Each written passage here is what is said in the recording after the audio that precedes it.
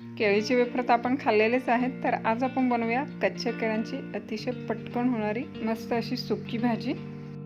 बनवायला एकदम सोपी आहे, त्याचबरोबर एकदम कमीत कमी साहित्यामध्ये मस्त अशी ही भाजी आपण बनवू शकतो। तर श्रावण महिना चालू झालेला आहे, त्यामुळे उपवासच आहे, त्यानंतर नवरात्र आहे आणि वर्षभरात इतरही उपवास भरपूर असतात, त्यामुळे उपवास स्पेशली केळीची सुकी भाजी आपण बनवायला सुरुवात करूया।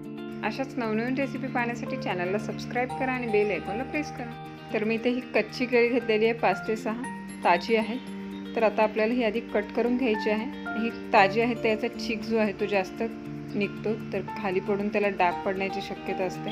तर त्यासाठी मी इथे न्यूजपेपरचा वापर करत आहे। न्यूजपेपरवर ही केळी ठेवलेली आहे, सगळी सेपरेट करून घेऊया। देठाकडचा भाग जो आहे आपण सुरीने कापून घेऊया। सगळी केळी सुट्टी झालेली आहे, तर आता काय करायचं आहे, प्रत्येक केळीची आपल्याला साल काढून घ्यायची आहे। मी इथे सुरीने ही साल काढून घेत आहे। केळीची साल काढल्याच्या नंतर लगेचच आपल्याला भाजी तयार करायची आहे।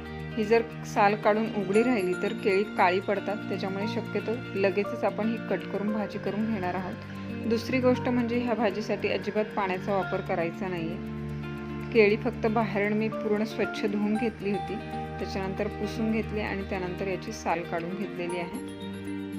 तर इथे मी केळ्यांची साल काढून घेतलेली आहे, या पद्धतीत पाहू शकता। आता लगेच मी इथे कटरने बारीक आपण गोल चकत्यांमध्ये आपण ही कापून घेणार आहोत। जसे बटाट्याचे काप करताना आपण बटाटे कापून घेतो, त्या पद्धतीत केळ्याचे हे गोल काप मी इथे करून घेत आहे। केळी कापून झालेली आहे, तर एका साईडला मी पॅन गरम करून घेतलेली आहे। याला मस्त अशी आपण तुपाची फोडणी देणार आहोत, त्यामुळे भाजीची चव जी आहे ती नक्कीच छान लागते। इथे एक छोटा चमचा तूप मी गरम करून घेतलेला आहे। तूप चांगलं वितळलं की याच्यामध्ये टाकणार आहोत आपण कापून घेतलेली केळी। गॅस मी लो फ्लेमवर ठेवलेला आहे आणि केळी या पद्धतीने टॉस करून तुम्ही तुपावर परतून घेऊ शकता किंवा चमच्याचा वापर करून मिक्स करून घेऊ शकता। इथे ही मिक्स करून घेतलेली आहेत मी। केळीचे काप केलेले आहे, त्यांना मस्त असं तुपाचं कोटिंग आलेलं आहे, तर त्यावर चवीपुरतं मीठ आणि 1 चमचा लाल तिखट मी इथे टाकत आहे। सगळं हे मिक्स करून घेऊया। मिरचीचं प्रमाण आपल्या आवडीप्रमाणे कमी जास्त करू शकता। गॅस मी इथं लो फ्लेमवर ठेवलेला आहे, त्यामुळे केळी जी आहे ती खूप छान शिजली जातात आणि त्याला हलकंसं क्रिस्पी कोटिंग येतं। आता यावर लगेच आपण टाकणार आहोत भाजलेल्या शेंगदाण्यांचा जाडसर कूट। अख्खे शेंगदाणे जर टाकायचे असेल तर तेही टाकू शकता। मी इथे भाजून घेतलेले आहेत आणि जाडसर त्याचा कूट टाकलेला आहे 2 चमचे। एकदम मस्त असे हे आणखी खरपूस याच्याबरोबर भाजले जातात, खाताना एकदम कुरकुरीत लागतात। ते हे मिक्स न करता असं त्याच्यावर झाकण ठेवणार आहोत आपण 4 ते 5 मिनिट। इथे वाफ आलेली आहे, पाहू शकता। 4 ते 5 मिनिटानंतर आपण झाकण काढून हे सगळं मिक्स करून घेऊया।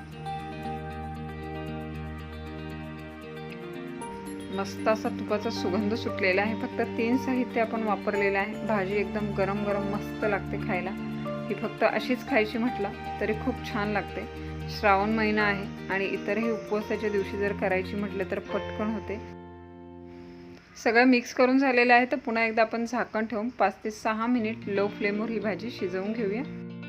आता ही भाजी खायची म्हटलं तर ही फक्त अशीच गरम गरम खाऊ शकतो किंवा राजगिऱ्याची पुरी असते किंवा उपवासाला जर खाणार नसेल तर चपाती बरोबर देखील खायला खूप छान लागते। झाकण काढून चेक करूया। मस्त अशी वाफ आलेली आहे, पाहू शकता। आता यातलाच एक केळीचा स्लाइस घेऊन आपण चेक करूया। हा प्रेस करून पाहूया, याचा इझिली तुकडा पडतो आहे। तर केळी देखील आपली छान शिजलेली आहे। एकदम मस्त असं कोटिंग याला हलकंसं इथं आलेलं आहे। याचे शेंगदाणे आपण टाकलेले होते ते देखील एकदम कुरकुरीत असे इथे झालेले आहेत, ते पाहू शकता। खाताना खूप छान लागतात। लाल मिरची पावडर यूज केल्यामुळे केळीचे काप जे आहे ते व्यवस्थित मिरचीने असे कोट झालेले आहेत, दिसायला देखील छान दिसते आणि सगळ्या फोडींना व्यवस्थित असा मिरचीचं कोटिंग झालेलं आहे, ते पाहू शकता। मस्त अशी तुपाची फोडणी, त्याला हे लाल मिरचीचं कोटिंग, भाजी खूपच छान झालेली आहे, एकदम सुटसुटीत, अजिबात चिकट झालेली नाही।